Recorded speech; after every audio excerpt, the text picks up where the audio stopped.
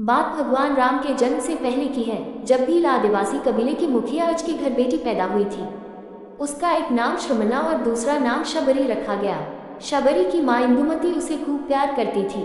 बचपन से ही शबरी पशु पक्षियों की भाषा समझकर उनसे बातें करती और जब शबरी की माँ उसे देखती तो कुछ समझ नहीं पाती थी।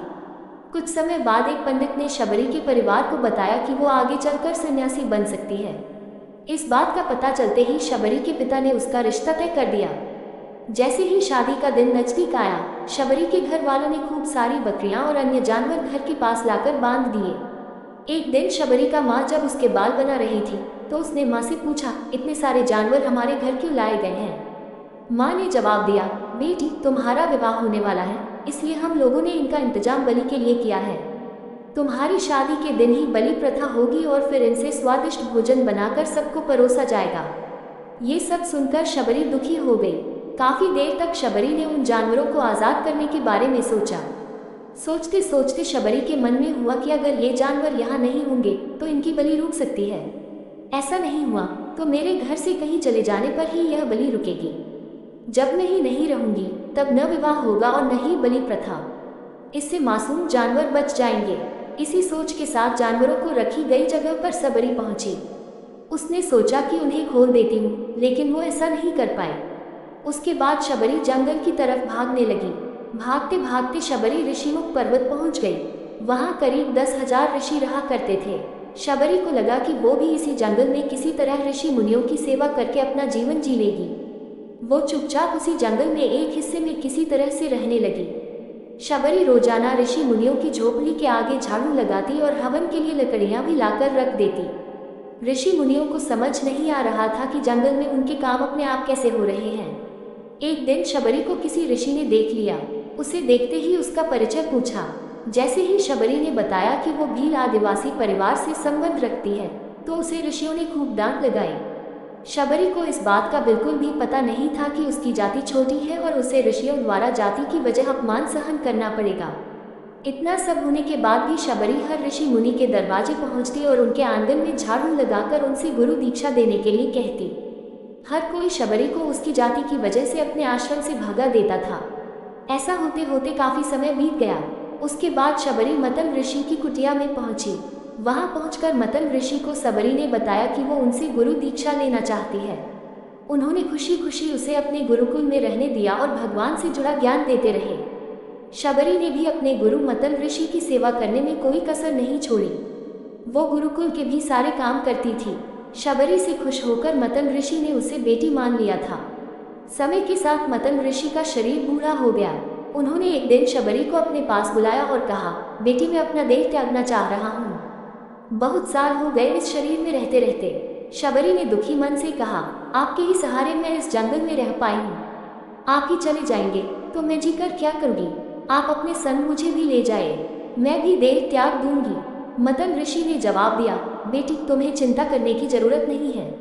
राम तुम्हारी चिंता करेंगे और ध्यान भी रखेंगे। शबरी ने राम का नाम सुनने के बाद पूछा, वो कौन है और उन्हें मैं किस तरह से ढूंढूंगी?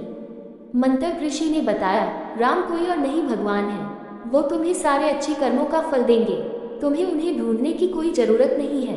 वो एक दिन खुद तुम्हें खोजते हुए इस कुटिया में आएंगे और तुम्हें उनके हाथों ही मोक्ष मिलेगा। तब तक तुम इसी आश्रम में रहो।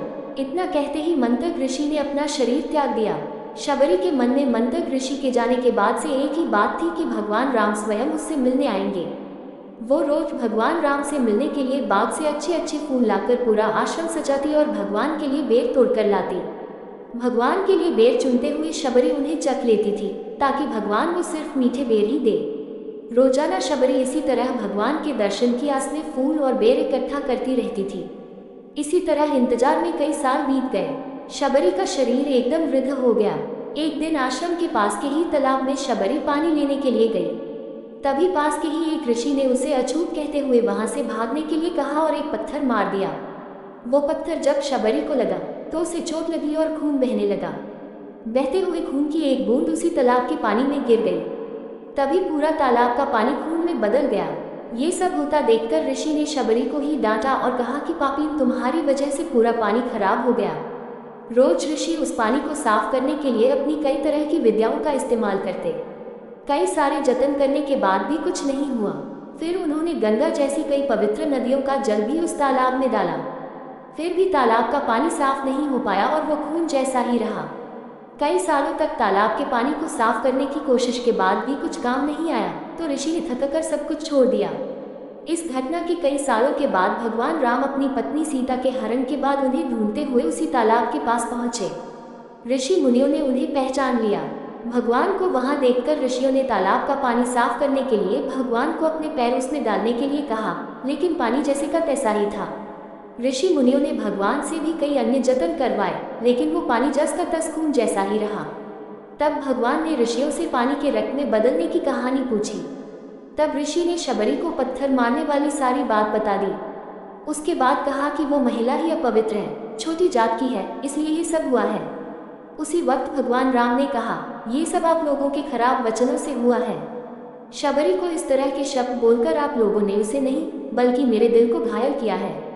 इसी घायल दिल के रक्त का प्रतीक ये तालाब का लाल पानी है। आगे भगवान राम बोले, कहाँ है वो माई, मैं उनसे मिलना चाहता हूँ।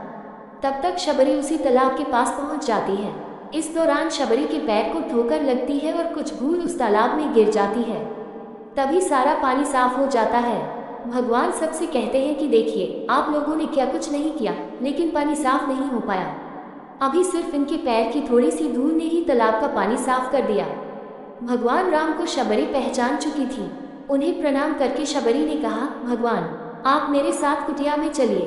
भगवान भी खुशी खुशी शबरी के साथ चल पड़े। फूलों से शबरी ने भगवान राम का स्वागत किया। वो सीधे बेर तोड़ने के लिए भाग गई और चक चक कर उनके लिए बेर लेकर आई। उन्होंने बड़े ही प्यार से भगवान राम और उनके भाई लक्ष्मण को बेर दिए। भगवान राम ने भी उतने ही प्यार से उन बेर को खाना शुरू किया। तभी बेर देखकर मुंह बनाते हुए लक्ष्मण ने कहा, भैया ये बेर झूठे हैं, इन्हें आप कैसे खा सकते हैं। भगवान ने जवाब दिया, लक्ष्मण ये झूठे नहीं बल्कि बहुत मीठे हैं। शबरी माए हम सबके लिए ये बहुत प्यार से तोड़कर लाई हैं। इतना कहकर भगवान राम प्यार से उन बेर को खाने लगे।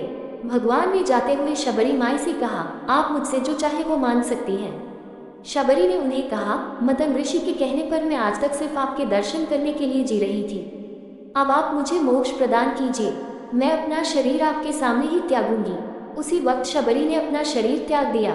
भगवान राम ने अपने हाथों से उनका अंतिम संस्कार किया और सीता माँ की खोज में आगे बढ़ गए। इस तरह से ऋषि मतन की बात सच साबित हुई और शबरी को भगवान राम के दर्शन भी हुए। तभी से भगवान राम को शबरी के राम भी कहा जाने लगा। कहानी से सीख, सच्ची श्रद्धा हो तो भगवान के दर्शन जरूर होते हैं।